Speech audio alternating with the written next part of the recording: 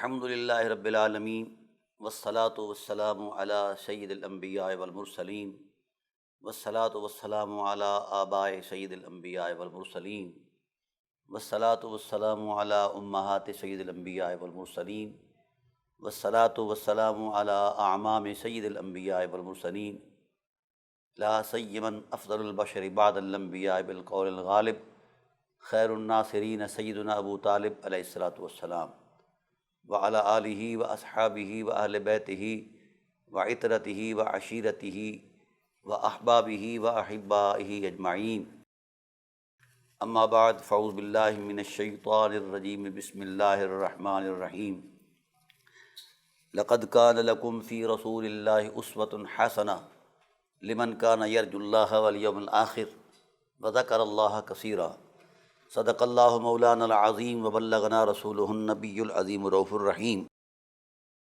ان اللہ وملائکتہ یصلون علی النبی یا ایہا الذین آمنوا صلوا علیہ وسلموا تسلیما۔ اللہم صل علی سیدنا مولانا محمد وعلی آل سیدنا مولانا محمد کما صلیت علی ابراہیم وعلی آل ابراہیم انک حمید مجید۔ اللہم بارک علی محمد وعلی آل محمد کما بارکت علی ابراہیم وعلی آل ابراہیم انک حمید مجید۔ الصلاۃ والسلام علیک یا سیدی یا رسول اللہ وعلی آلک واصحابک یا سیدی یا حبیب اللہ۔ الصلاۃ والسلام علیک یا سیدی یا رحمۃ للعالمین وعلی آلک واصحابک یا سیدی یا شفیع المذنبین۔ صلاۃ وسلاما علیک یا رسول اللہ قلت حیلتی انت وسیلتی اغثنی یا حبیب اللہ۔ یا رسول اللہ انظر حالنا یا حبیب اللہ اسمع قالنا اننا فی بحر ہم مغرق خذ یدینا ساحل لنا اشقالنا۔ اللہ تعالیٰ کی حمد و ثنا کے بعد حاضرین و ناظرین، درود بر مصطفیٰ صلی اللہ علیہ وآلہ وسلم کے بعد بحمد اللہ تعالیٰ ہماری سلسلہ وار گفتگو اسوہ رسول صلی اللہ علیہ وآلہ وسلم کے تشکیلی مراحل اور تدریجی مراحل پر گفتگو ہے۔ ہماری گفتگو میں یہ بات بطور عنوان رہی کہ رسول اللہ صلی اللہ علیہ وآلہ وسلم کا اسوہ محض اتفاقی یا حادثاتی تسلسل نہیں، بلکہ اللہ وحدہ لا شریک کی مشیت، قدرت، رحمت کا ایک مسلسل عنوان ہے، ایک مسلسل اہتمام ہے۔ تو سید عالم صلی اللہ علیہ وآلہ وسلم کی ذات والا صفات نے اس حوالے سے ان حقیقتوں کو اپنی نبوی زبان سے بیان فرمایا ہے کہ جب سے حضور سید عالم صلی اللہ علیہ وسلم کو وجود اول ملا، وہ روحانی و نورانی وجود، تو وہ لاکھوں سال تک خدائے ذوالجلال کے حضور عظمت میں وہ تربیتی مراحل سے گزرتا رہا، اور اللہ تعالیٰ کی نگاہ رحمت، نگاہ حفاظت، نگاہ عظمت جو ہے وہ مسلسل اپنی حرمت کے ساتھ رسول اللہ صلی اللہ علیہ وآلہ وسلم کے وجود اقدس پر فیض بار رہیں۔ اب اس حوالے سے جو اصولی صورتحال سامنے آتی ہے کہ جس ذات والا صفات کی روحانی تربیت میں یہ تسلسل ہو وحدہ لا شریک کی نگہبانی کا، اب ایسی ذات والا صفات کی بابت کچھ یہ سوچنا کہ ان سے یہ سرزد ہوا اور وہ سرزد ہوا، یہ ان روایات کا تو انکار کیا جا سکتا ہے جن روایات کے اندر ان چیزوں کی نشاندہی ہے، مگر ایسے حقائق کا انکار نہیں کیا جا سکتا جس کو قرآن کریم نے بیان کیا ہے اور اللہ تعالیٰ کی قدرت کا خصوصی اہتمام ہے۔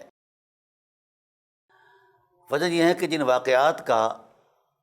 تسلسل بیان ہوا ہے اور منسوب کیے گئے ہیں انبیاء علیہ السلام سے، جب ہم ان واقعات کی بیان کردہ روایات میں اس کے اصول پر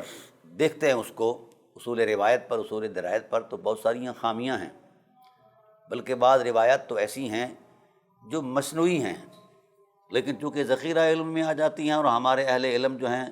کسی بھی مصدر علم پر بلائنڈلی فیتھ کرتے ہیں، اندھا اعتماد کرتے ہیں، حالانکہ تحقیق نہیں مانتی ایسی چیزوں کو۔ تحقیق یہ کہتی ہے کہ جو چیز سامنے آئی ہے اس کی کنہ تک پہنچو،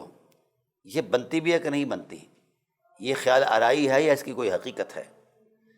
تاہم عرض یہ کرنا چاہتا ہوں کہ اللہ وحدہ لا شریک نے اپنے محبوب صلی اللہ علیہ وآلہ وسلم کی اسوہ کاملہ کی جس عظمت کے ساتھ تربیت فرمائی، طرز حیات کی، نبوی حرمتوں اور عصمتوں کی جس انداز میں تربیت فرمائی، وہ ایک شان رکھتا ہے، وہ ایک شان رکھتی ہے، وہ صورتحال، وہ بہت بڑی عظمت ہے۔ یعنی پہلا مقام حضور صلی اللہ علیہ وسلم کی ذات ہزاروں سال تک قرب و حضور صمدیت الہی میں رہے۔ اب کیا کچھ نہیں خدا نے دیا ہوگا اپنے محبوب کو، اور کیا کچھ انہوں نے نہیں لیا ہوگا۔ پھر جب ہزاروں سال کا یہ تسلسل قربتوں کا گزرا، پھر دوسرے درجے میں محبت کی عظمت میں سید عالم صلی اللہ علیہ وآلہ وسلم کو رکھا گیا مقام حب میں۔ وہاں کیا کچھ ہوا ہوگا اس کا اندازہ کسی کے پاس نہیں ہے۔ البتہ یہ ضرور ہے، قرآن کریم کی نص کہہ رہی ہے فَإِنَّكَ بِأَعْيُنِنَا، حبیب آپ ہماری نگاہوں میں بسے ہوئے ہیں، ہماری نگاہوں کی قدرت آپ کی حفاظت اور صیانت کرتی ہے، آپ ہمارے محبوب ہیں، ہمارا اعتماد ہیں، ہم نے آپ پر وحی نازل فرمانی اور امام الانبیاء آپ کو بنایا ہے۔ تو ہزاروں سال تک حضور مقام حب میں رہے اور فیض بار رہے، پھر ہزاروں سال تک مقام خوف میں آئے، پھر فیض بار رہے،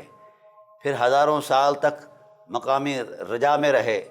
فیض بار رہے، پھر ہزاروں سال تک مقام حیا میں رہے، فیض بار رہے۔ اب یہ پانچواں جو مقامہ ہے، پانچواں جو درجہ ہے وہ حیا کا ہے، اور حیا کا تعلق براہ راست فطرت انسان کی اخلاقی عظمت کے ساتھ ہے۔ حیا کو وہاں ترتیب دے کر اور وہاں اپنے محبوب کو ٹھہرایا گیا ہے، اس کی حکمت بھی تو کوئی ہے نا۔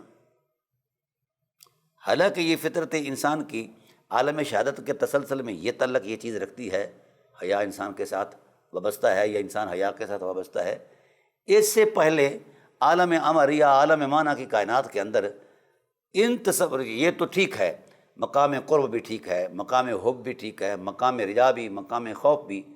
یہ چیزیں ساری اس حوالے سے متعلقہ ہے کہ اللہ تعالیٰ اپنی لا شریکی عظمت کے اندر اپنے محبوب کو وہ نوازتے رہے، قربتوں سے نوازتے رہے، محبتوں سے نوازتے رہے، شان محبوبیت عطا کرتے رہے، اور اپنی ناراضگی کا احساس دلاتے رہے کہ جب اللہ تعالیٰ ناراض ہو جائے تو اس سے ایسے حالات آنے سے پہلے انسان کو اللہ سے ڈرنا چاہیے، وغیرہ وغیرہ۔ مقام رجا اور امید کی عظمت میں رہے۔ الایمان بین الرجاء والخوف، حضور نے نشاندہی فرما دی کہ ایمان دو حقیقتوں کے درمیان ہے، خوف اور امید کے درمیان ہے۔ یعنی اللہ وحدہ لا شریک سے اتنا بھی مایوس نہ ہو جاؤ کہ لا امید ہو جاؤ، نہیں، امید رکھو اس کے فضل و احسان سے، اور ایسا بھی نہ ہو کہ آپ اپنے ذوق میں حسن آوارگی میں اتر جائیں، ایسا بھی نہ ہو، بلکہ اللہ تعالیٰ کے ناراضگیوں سے بھی بچنا چاہیے۔ اب جو مقام حیا آیا، یہ ایک خاص مقام ہے، یہ عالم والا کی آخری منزل ہے رسول اللہ صلی اللہ علیہ وآلہ وسلم کی، اور اس کے بعد حجابات آئے، وہ بھی کئی ہزار سالوں کا وہ سفر ہے، لیکن تعینات کے اعتبار سے اس تسلسل میں جو کچھ بیان ہوا یہ وہ منزل ہے جہاں حضور سید عالم صلی اللہ علیہ وآلہ وسلم کی تربیت، جس نے اسوہ بننا تھا، وہ حیا کے حوالے سے ہے، اور حیا ہی کائنات کا حسن ہے اخلاق کی عظمت میں، اور حیا ہی انسانیت کا میکانزم ہے۔ خواہ اس کا عنوان ماں ہو، باپ ہو، قرابت دار ہوں، چھوٹے ہوں، بڑے ہوں، غیر ہوں، کسی بھی طرز کے ہوں، حیا ایک میکانزم ہے کائنات کا۔ جب تک یہ موجود ہے تب تک کائنات کا حسن موجود ہے، اور جب حیا نہیں رہے گا تو کائنات کا حسن نہیں رہے گا۔ یہ ضروری نہیں کہ میں آنکھیں بند کر لوں تو یہ حیا ہے، دل کی کیفیات کے اندر کوئی احساس بیدار ہو جائے کہ اس عمل سے میرا خدا راضی ہے اور اس عمل سے خدا ناراض ہے، تو جب میں اس جذبے سے سرشار ہوتا ہوں تو میرے دل کی عظمت کو حیا سے تعبیر کیا جاتا ہے، اور یہی کہا جاتا ہے کہ یہ خدا کی رضا کی طرف مائل ہونے والے احساسات حیا ہیں، اور خدا سے دور ہونے والے احساسات، دور کرنے والے احساسات، یہ حیا سے ہٹ کر ہیں۔ لہذا نتائج بھی دونوں کے مختلف ہیں۔ حیا کا نتیجہ معراج ایمان ہے، اور حیا سے ہٹ کر جو جذبہ ہے بے حیائی کا نتیجہ یہ شیطان کو خوش کرنا ہے اور انسانی سوسائٹی کے اندر ایک ناسور کی حیثیت سے رہنا ہے۔ تو لہذا رحمت عالم صلی اللہ علیہ وآلہ وسلم کی ذات کو کئی ہزار سال تک مقام حیا میں رکھنے میں حکمت یہ ہے کہ سید عالم صلی اللہ علیہ وآلہ وسلم جب اپنے پیکر محسوس میں تشریف فرما ہوں تو کائنات کو حیا کے نور سے بھر دیں، حیا کی عظمت سے بھر دیں، تاکہ کائنات کا انسانی تمدنی تقدس جو ہے وہ قائم اور دائم رہے، تہذیبی تسلسل جو ہے وہ قائم اور دائم رہے، سماجی اقدار جو ہیں وہ بحال رہیں، جس سے انسانیت تسلسل پذیر بھی رہے، چلتی بھی رہے، اور معاشرے کے اندر ایک خوبصورت ماحول پیدا ہو۔ اس لیے اس منزل کو اللہ تعالیٰ کی ذات نے اپنے محبوب کے لیے مقرر فرمایا ہے، اور حیا بہت بڑی نعمت ہے، اور انسانی اوصاف میں سے ایک کامل وصف ہے، کامل عظمت ہے جسے اللہ تعالیٰ حیا دے دیتا ہے۔ یہ ساری عظمتیں اسی کے اندر پنہاں ہیں۔ اب ناظرین کرام، اس مرحلے کے بعد اللہ اکبر دوسرا مرحلہ عالم شہادت کا پیدا ہوتا ہے۔ عالم شہادت کا مرحلہ آتا ہے حضور سید عالم صلی اللہ علیہ وآلہ وسلم کے خلقی عظمت کا جو ترتیب ہے، جو تربیت کا تسلسل ہے، اس کا آغاز ہوتا ہے۔ اب ظاہر ہے عالم انوار و تجلیات کے ماحول سے جب آپ باہر تشریف لائے تو فی الفور تو پیکر محسوس میں نہیں تھے۔ حضرت آدم علیہ السلام سے لے کر محسن عالمین مخدوم کائنات جناب حضرت عبداللہ علیہ السلام کی پشت عصمت تک، اور جناب حضرت حوا سلام اللہ علیہ سے لے کر محسن عالمین مخدومہ کائنات مخدومہ محمد صلی اللہ علیہ وآلہ وسلم حضرت بی بی آمنہ صلوات اللہ تعالیٰ علیہ جو ام محمد ہیں، اس حوالے تک یہ ایک تسلسل رہا حضور سید عالم صلی اللہ علیہ وآلہ وسلم کی تشریف آوری کا، اور اس میں بھی ہزاروں سال کی مسافت حضور نے طے فرمائی ہے۔ اب اس اعتبار سے جو اسوہ کاملہ کی تشکیل اور تربیت میں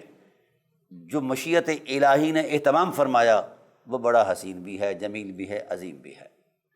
اور حضور نبی کریم صلی اللہ علیہ وآلہ وسلم اس کی نشاندہی فرما رہے ہیں۔ حضور سید عالم صلی اللہ علیہ وسلم نے ارشاد فرمایا کہ جس وقت میں مقام حیا سے حجابات عظمت میں آیا اور اللہ تعالیٰ کی ذات نے ہر ایجاب کے اندر مجھے ہزاروں سال تک رکھا اور مجھے کامل عبودیت کی نعمت عطا فرمائی، کامل سکینہ کی نعمت عطا فرمائی، صبر کی نعمت عطا فرمائی، صدق اور یقین کی نعمت عطا فرمائی، اور پھر میرے اس حسن کو ہر حجاب کے اندر غوطہ دیا۔ پھر ان حجابات سے جس وقت میں ظاہر ہوا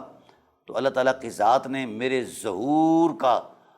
جو منظر نامہ ہے وہ زمین پر پیش کیا، جس کی برکت سے کائنات کا ذرہ ذرہ چمک اٹھا، دمک اٹھا۔ جس طرح اندھیری رات کو سورج کی شعاعیں روشن کر دیتی ہیں، یا اندھیرے کمرے کو یہ جو دیپ ہے، دیا ہے، لائٹ ہے، یہ جلا کر اندھیرے کو ختم کر دیتی ہے، ایسے ہی میرے ظہور کو عالم شہادت میں بیچ کر اللہ تعالیٰ کی ذات نے کائنات کے ذرے ذرے کو روشن اور منور فرما دیا۔ پھر ارشاد فرمایا، یہ حضور نبی کریم صلی اللہ علیہ وآلہ وسلم کی خلقی طبعاً اور خلقی عظمتیں اب آغاز پذیر ہو رہی ہیں۔ سب سے پہلے حضور فرماتے ہیں اللہ تعالیٰ کی ذات نے میرے لیے جس مقام کا اہتمام فرمایا، جس مستقر اور ٹھکانے کا فرمایا ثم خلق اللہ آدم من الارض فرکب فیہ النور فی جبینہ۔ یہ اہل عشق، اہل عرفان کے لیے ایک ارمغان محبت پیش کر رہا ہوں۔ رسول اللہ صلی اللہ علیہ وسلم نے ارشاد فرمایا عالم شہادت کے اندر پھر اللہ تعالیٰ کی ذات نے سب سے پہلے جناب آدم علیٰ نبینا علیہ السلام کی ذات والا صفات کو اپنے دست قدرت سے پیدا فرمایا، اور قرآن پاک کے اندر بھی ہے کہ خلقت بیدیہ، ہم نے حضرت انسان کو اپنے دست قدرت کی عظمت سے پیدا فرمایا ہے۔ اب ہوا کیا کہ اللہ تعالیٰ کی ذات نے حضرت آدم کو زمین سے مرکب فرمایا، زمین کے خمیر سے اللہ تعالیٰ کی ذات نے ان کو پیدا فرمایا۔ اللہ اکبر۔ اس تخلیق سے پہلے حضور اپنی منازل طے فرما رہے تھے اور عظمتوں کے ماحول کا جائزہ لے رہے تھے، اور اپنی ذات پر ہونے والے انوار و تجلیات کی جو بارشیں ہیں اس کو اپنے آپ کے اندر جذب کر رہے تھے، محسوس کر رہے تھے۔ اب اس کو بیان کرتے ہوئے فرمایا کہ جب اللہ تعالیٰ کی ذات نے آگے چل کر فرمایا جناب آدم کو زمین سے پیدا فرمایا، فرکب فیہ النور، وہ نور جو ایک تسلسل کے ساتھ مقامات عظمت سے گزرتا ہوا آیا خرام ناز کے ساتھ، میری ذات جب آگے بڑھی تو اللہ تعالیٰ کی ذات نے میرے اس نور کو جبین آدم میں رکھا، آدم علیہ السلام کی پیشانی میں رکھا۔ انسان کی فطرت کے اندر سب سے معزز اور محترم جو مقام ہوتا ہے طبع کے اندر، وہ انسان کا سر اور پیشانی ہوتی ہے، جسے ہم عادت میں کہتے ہیں ہماری سر آنکھوں پر یا سر ماتھے پر، تو یہ ایک تکریم کا احترام ہے، تکریم کا صورتحال ہے۔ اب اللہ تعالیٰ کی ذات نے اس نور محمد صلی اللہ علیہ وسلم کو، جس کی تربیت میں اتنے کروڑوں سال لگا دیے، کیونکہ اسی نور نے جا کر حسن اخلاق سے کائنات کو بھر دینا ہے اور اسوہ حسنہ کا نمونہ بن کر سامنے آنا ہے، تو اللہ تعالیٰ کی ذات نے اس نور کو جناب آدم کی پیشانی میں رکھا۔ ثم انتقل منہ الی شیث، حضور فرماتے ہیں پھر میں منتقل ہوا حضرت آدم علیہ السلام کی برکت سے حضرت شیث علیہ السلام کے پاس، یعنی پہلا مبدأ فطرت انسانیت کا باپ حضرت آدم علیہ السلام قرار پایا، پھر اس کے بعد دوسرا مبدأ فطرت حضرت شیث علیہ السلام قرار پائے،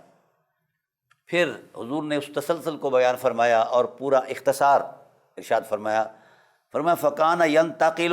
من طاہر الی طیب ومن طیب الی طاہر ومن طاہر الی طیب ومن طیب الی طاہر۔ اللہ اکبر، یہ ہے اہتمام قدرت۔ اب اس پر کیا تبصرہ کوئی کرے؟ کوئی مجال ہے کسی صاحب علم کی کہ اس طہارت کا جغرافیہ ہی بیان کر پائے، اس طہارت کا حجم ہی بیان کر پائے؟ نہیں۔ جن جن راہوں سے میرے کریم آقا نے تشریف فرما ہونا تھا، اللہ تعالیٰ کی ذات نے ان راہوں کو طہارت کی معراج بخشی، ان پیکرے عصمتوں کو اللہ تعالیٰ کی ذات نے عصمتوں اور حرمتوں سے مالا مال فرمایا، کیونکہ ان نفوس قدسیہ سے میرے محبوب نے گزر کر جانا ہے، کیونکہ اسوہ حسنہ کی تشکیل ہو رہی ہے، اسوہ حسنہ کی ترتیب ہو رہی ہے، تربیت ہو رہی ہے کہ کتنا عظیم اسوہ ہے جس سے کائنات کو روشن کرنا ہے اور قیامت تک یہ روشنی برقرار رہنی ہے۔ دوسرا نبی کیوں نہیں آئے گا بھائی؟ اب حالانکہ ضرورت تو ہوتی ہے، ایک ایک محلے میں بھی دو دو تین تین نبی آئے، جب اصلاح مقصود ہے انسانیت کی، تو اگر 10 بندے کے لیے اصلاح کا اہتمام ہے، 20 کے لیے، ہزاروں کے لیے، سینکڑوں کے لیے ہے، تو اب تو بہت ساری مخلوق جو ہے یہ پھیل چکی ہے، اربوں خربوں کے اربوں تک جا پہنچی ہے، تو اب تو بہت زیادہ ضرورت ہے، انبیاء کی ضرورت ہے۔ لیکن کیوں نہیں، یہ بات ذہن میں رکھیں کہ میرے رسول صلی اللہ علیہ وآلہ وسلم کی فطرت میں، طبیعت میں، خلقت میں، خلق میں اتنا کمال ہے کہ اللہ تعالیٰ کی کائنات چھوٹی ہے، اس نے محمد کے جلوے ایسے بڑے ہیں۔ تو کائنات کو جب اللہ تعالیٰ کی ذات نے ہر اس چیز سے بھر دیا جو حسن زندگی کے لیے ایک معیار ہے، رسول اللہ صلی اللہ علیہ وسلم کے حسن کی خیرات کی برکت میں، تو اب چونکہ گنجائش ہی نہیں رہی کہ کوئی اس انداز کا مصلح آئے، وہ اپنے کمالات دکھائے یا اپنی اخلاقی عظمت دکھا کر مخلوق خدا کو کوئی راستہ دکھائے۔ رسول اللہ صلی اللہ علیہ وسلم کی تعلیمات اس قدر بلند و بالا ہیں، اس قدر عظمت مآب ہیں کہ وہاں عظمتیں بھی سجدہ ریز نظر آتی ہیں۔ تو ناظرین کرام، اب چونکہ گنجائش نہیں، یہ پانی کا گلاس میرے پاس پڑا ہوا ہے، اب اس کو لبالب بھر دیا جائے، پھر اس میں پانی کی گنجائش ہی نہ ہو تو پھر پانی ڈالا جائے، تو ظاہر ہے وہ ایک معقول نہیں لگتا۔ ایسی ہی جب کائنات عالم کو حسن محمد کے جلووں سے بھر دیا گیا ہے، اب کسی ہنسی کی ضرورت ہی نہیں رہی جو ان کے مد مقابل آ کر یا ان کے ساتھ مل کر اس پیغام کو مزید پہنچائے اور کوئی کردار دے پائے۔ اس لیے اس بڑے اعتماد کی بنیاد پر اللہ تعالیٰ کی ذات نے ختم نبوت کا اعلان کر دیا ہے۔ اب جو کچھ شخص بھی اس حوالے سے بات کرتا ہے ختم نبوت کے خلاف، وہ فطرت کے خلاف بات کرتا ہے، وہ عظمت کے خلاف بات کرتا ہے، وہ انسانی وقار کے خلاف بات کرتا ہے۔ مذہب کی دنیا میں تو جو ہے وہ تو ہے ہی صحیح، لیکن حقائق اور فطری روشنی کی عظمت کے اندر وہ بات وہ شخص رخنا انداز ہے جو امکان کا بھی احتمال رکھتا ہے کہ ممکن ہے ایسا ہو، نعوذ باللہ من ذالک۔ اس طرح تو اللہ تعالیٰ کی قدرت کا دیا ہوا اہتمام جو ہے وہ متاثر ہو جائے گا اور وہ اعتراض کے قابل بن جائے گا۔ تو اللہ تعالیٰ ایسی کمزوریوں سے پاک ہے۔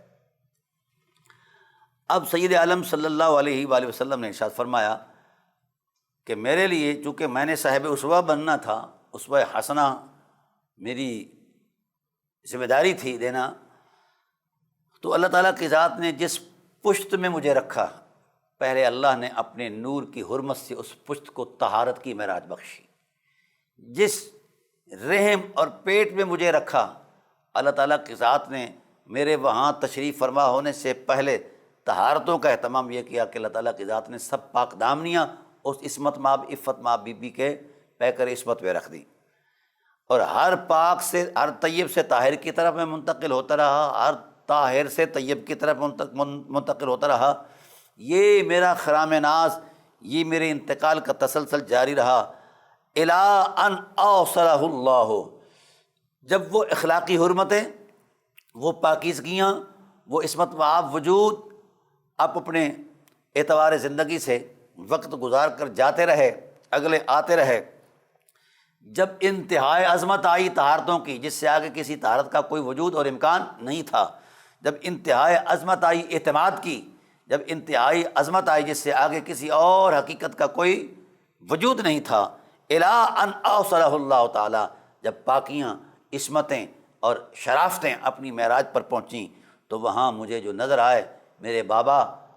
حضرت عبداللہ علیہ السلام بن عبد المطلب علیہ السلام نظر آئے، وَمِنْهُ اللہ اکبر الی رحم امی، پھر ان سے میں اپنے کمال والی ماں جس سے آگے یہ خیرۃ الارض، فرمایا روئے زمین پر جتنی عظیم میری ماں ہے کائنات کے کسی کی ماں نہیں ہے۔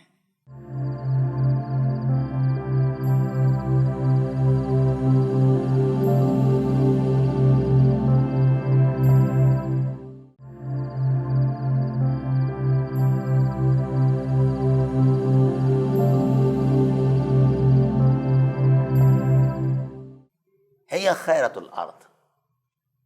خیرۃ الارض جس کا ٹائٹل ہے وہ ام محمد صلی اللہ علیہ وآلہ وسلم ہے۔ میں یہاں روکوں گا اپنے ناظرین کو کہ جب میرے سامنے میری ماں ہے تو میرے فرط جذبات میں کیا رونق ہوتی ہے۔ ہر ایک یہاں جس کو اپنی ماں کے ساتھ سچا تعلق اور پیار ہے اور وہ واقعتاً ماں کو ماں سمجھتا ہے، تو ذرا چشم تصور میں اتر کر اپنی ماں کو سامنے رکھیں۔ اپنی ماں کے ساتھ ہر ایک کو پیار ہوتا ہے، ہر ایک کی ماں پیاری ہے، اس میں کوئی شک نہیں، ہر ایک کی ماں محترم ہے، ہاں اس میں کوئی شک نہیں، ہر ایک کی ماں کا احترام بھی بجا اور اس کا پیار بھی بجا، اس کی حرمت بھی بجا، پر سلام ہو اس ماں پر جس نے میرے محمد کو جنم دیا ہے صلی اللہ علیہ وآلہ وسلم۔ کریم آقا علیہ السلام جو کائنات کے والی ہیں، مالک ہیں، کائنات کے پیغمبر ہیں، انسانیت کے پیغمبر ہیں،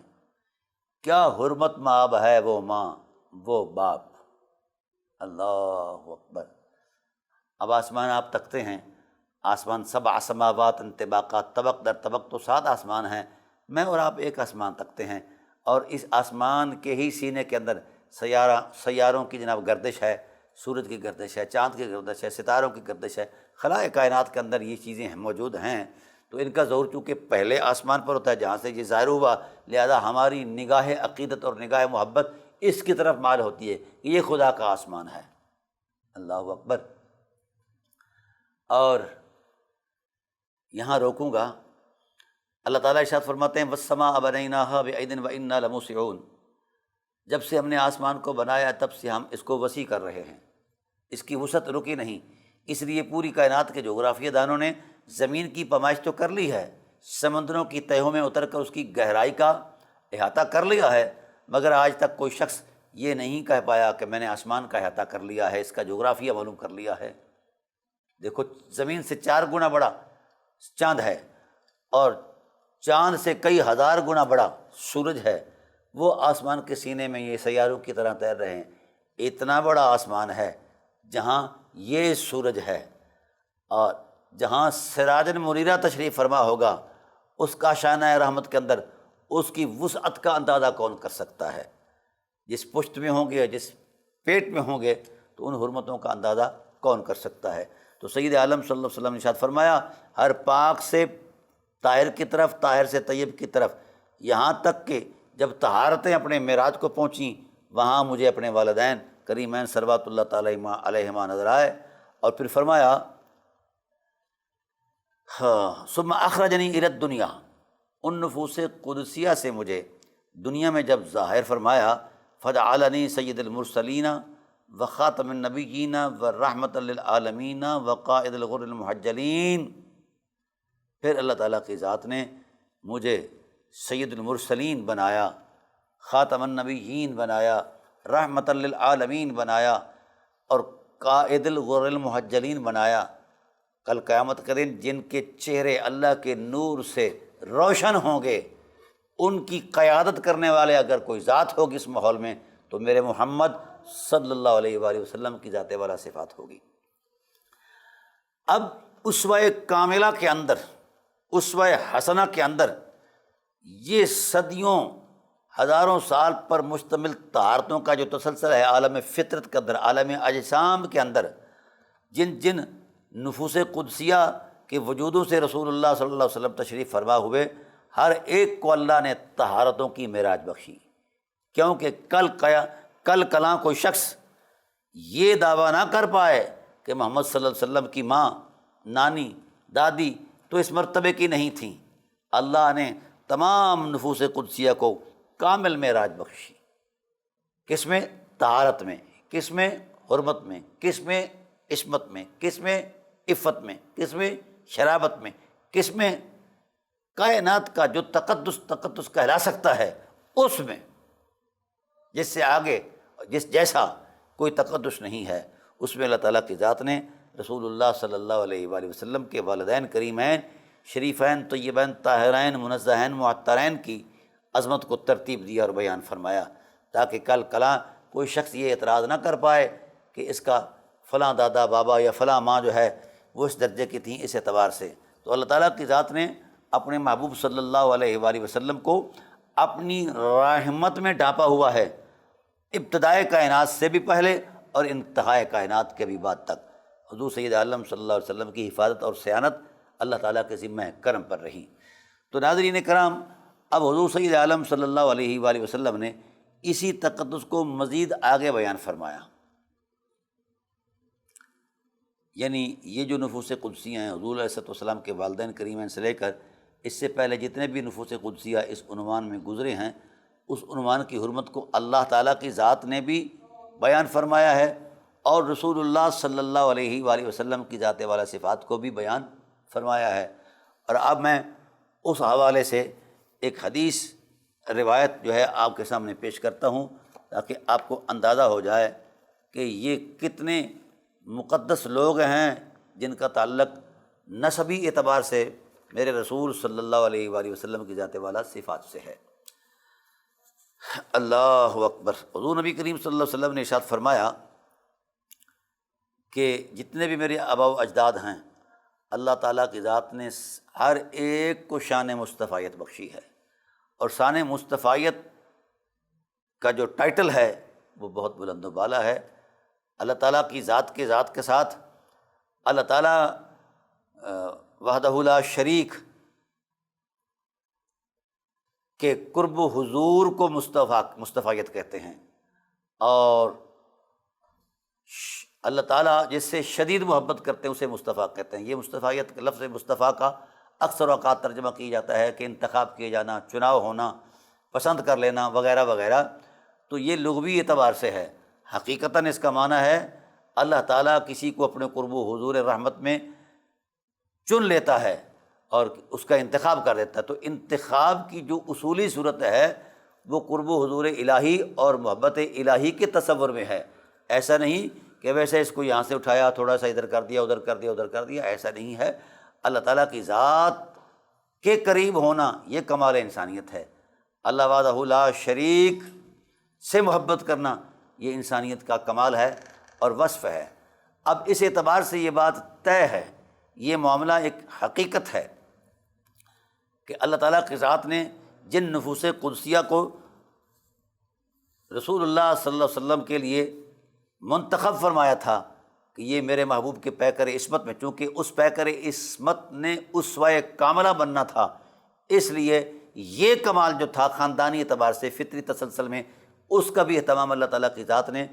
اپنی شایان نشان فرمایا ہے اور اس قدر نعمت بخشی ہے۔ اللہ اکبر۔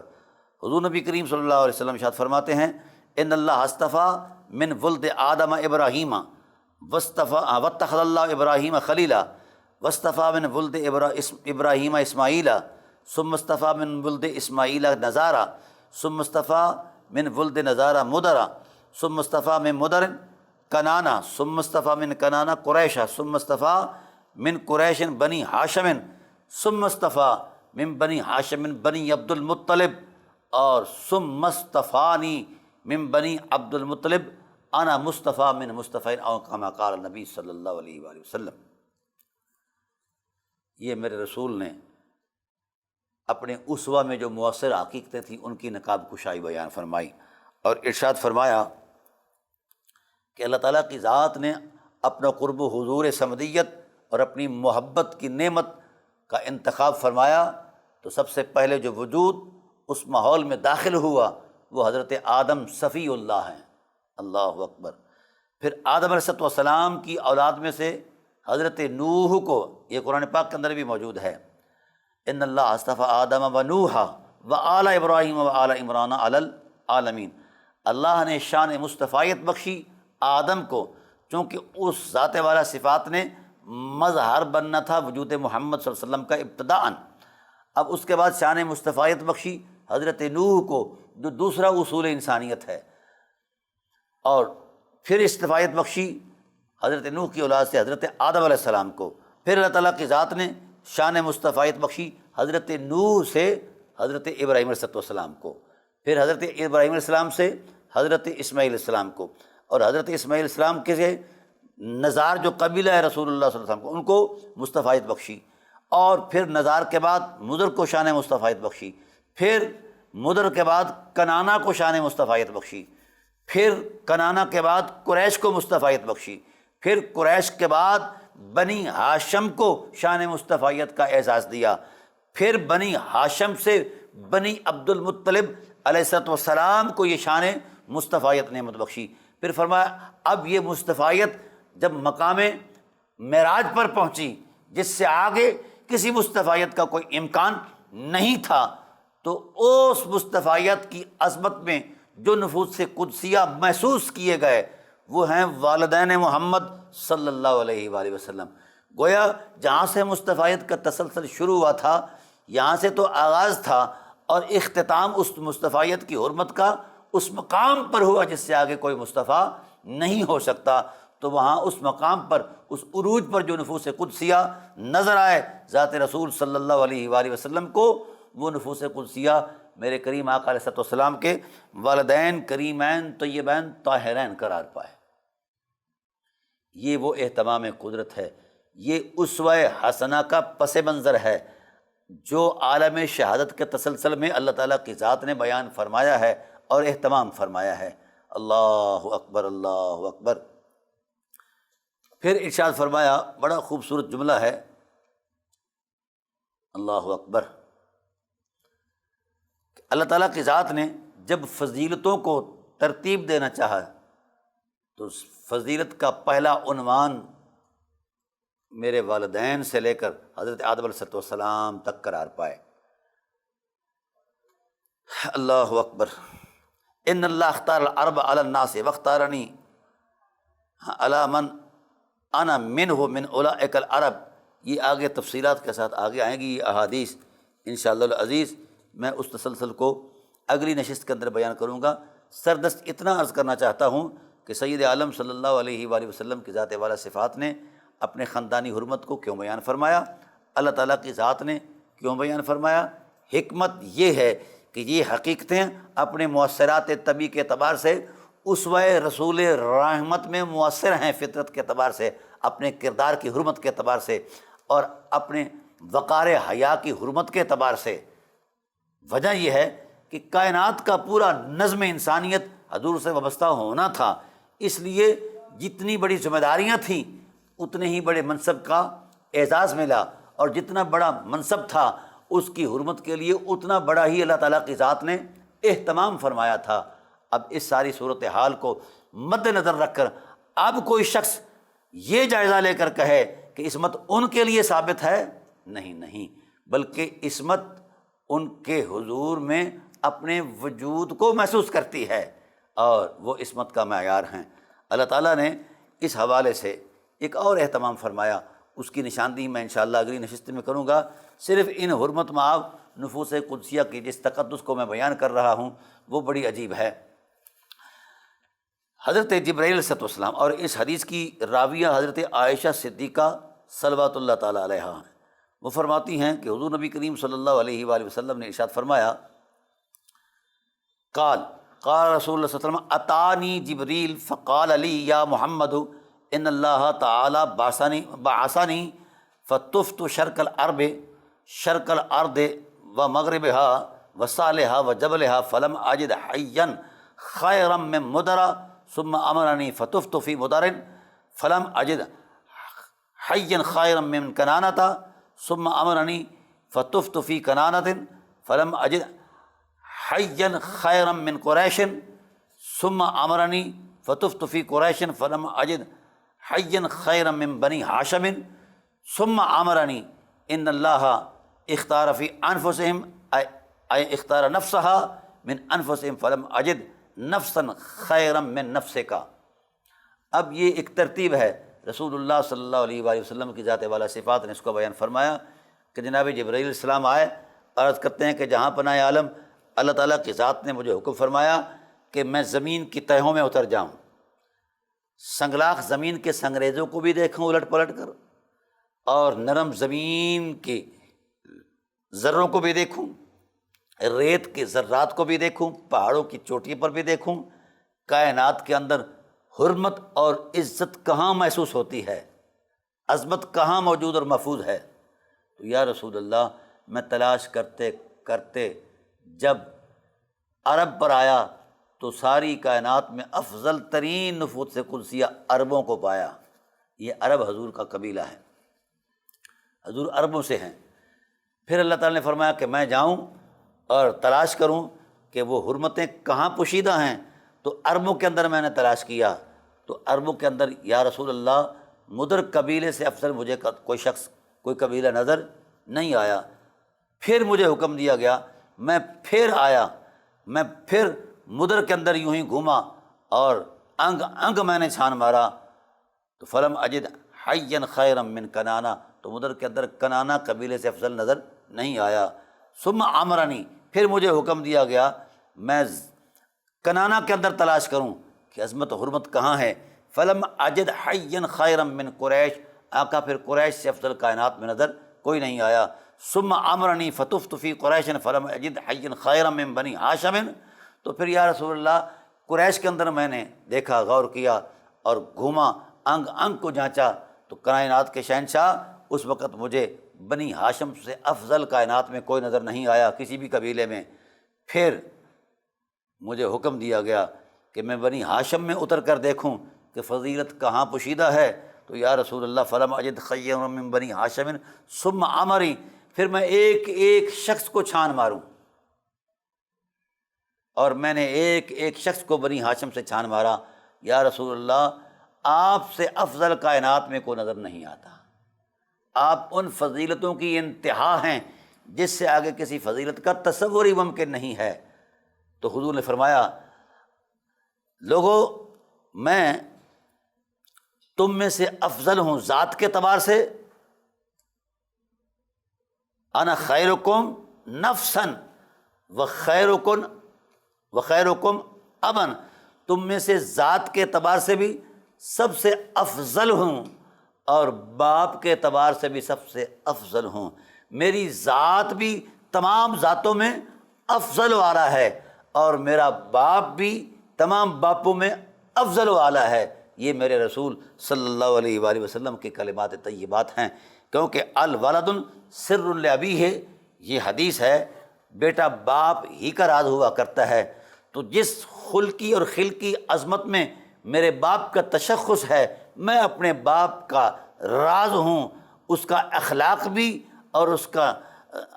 کا جو ہے خلقت بھی، وہ میرے وجود عظمت کے اندر موجزن ہے۔ اخلاق کی بھی انتہا پر ہوں اور عفت اور عصمت کی بھی انتہا پر ہوں۔ تو ناظرین کرام، اب اس اعتبار سے پتہ چلا کہ اللہ تعالیٰ کی ذات نے اپنے محبوب صلی اللہ علیہ وآلہ وسلم کے اسوہ رحمت کی تشکیل میں جس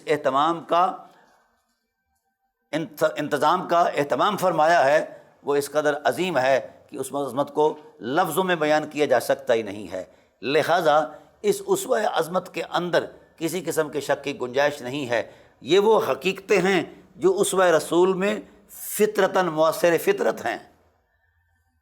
ظاہر ہے مؤثر میں جو حقیقت اور جو عظمت موجود ہوگی تو اس کے اثر کے اندر بھی وہ عظمتیں موجود ہوں گی۔ تو اسوہ رسول کے اندر والدین رسول کی پاک دامنی، پاکیزگی اور عصمت مؤثر فطرت ہے۔ انشاءاللہ اسی تسلسل کو اگلی نشستوں کے اندر بھی بیان کریں گے۔ دعا اللہ تعالی ہمیں عزت اور عظمت رسول